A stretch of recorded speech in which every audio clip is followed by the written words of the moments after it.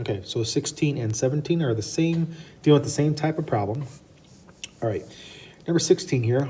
The Volleyball Booster Club sells bags of popcorn during the home varsity matches to raise money for new uniforms. Each bag of popcorn costs $3. P is going to be the number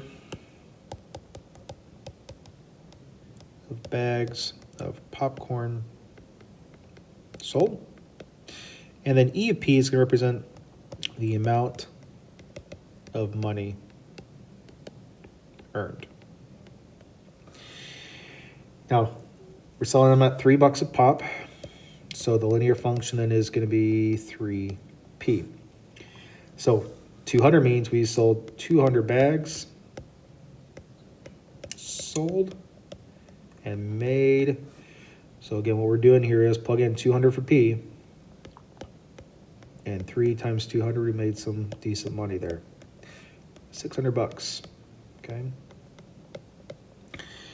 How many bags of popcorn would need to be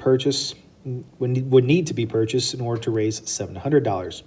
So we want to figure out, if I'm selling at $3 a pop, 700 divided by 3.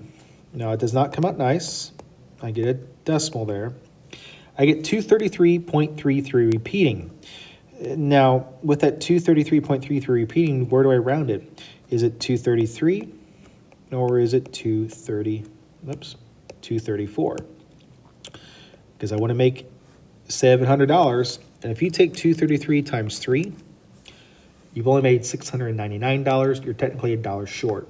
So this is where I'm going to have to round it up and say 234 bags, okay? Now in 17, we are at a away volleyball game instead of a home game. So because we are now away, the Booster Club is charged a $75 rental fee to use the away team's concession stand. We're still saying number of popcorn sold, number of bags of popcorn sold. That's not changing. We're still saying the amount of money earned. That's not changing. But what is changing is my function.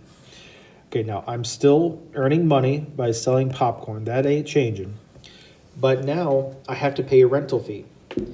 Now the thing is, how does that rental fee look like? Well, that rental fee looks like it's a one-time fee. So however much money you're about to make, you're gonna have to take out $75 to pay that rental fee. So that's gonna be my function right there. That is our general form. You could write that into factored form. If that is what you wanted to do, it would look like this. All right, I would myself say, hey, 3P minus 75 is what I'm gonna roll with. So letter B, 142 bags sold and made. So I'm gonna plug in 142 for P, and then subtract out my $75 rental fee. So 142 times 3, I made $426, but subtract out that rental fee, I only actually made $351. Okay. Back to that break-even point. So because of that break-even point, that is when you're at $0. You're out of the negative. So I'm going to set that thing to 0. And because of that rental fee I have to pay, that's why I'm in the negative. So I want to figure out how many bags of popcorn is it going to be to make that $75 back. So 75 divided by 3, that means I have to sell 25 bags of popcorn at $3 a pop to make back my rental fee.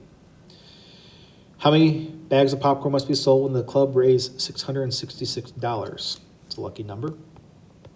So same idea. I just want to know if I want to make $666, how much popcorn must I sell? Again, I have to account for that $75 rental fee. So I'm going to need to sell more popcorn. 666 plus 75 is 741. And 741, now I divide by 3.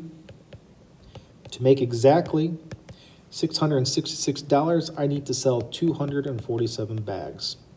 That will account for my rental fee and making that money then as well, okay?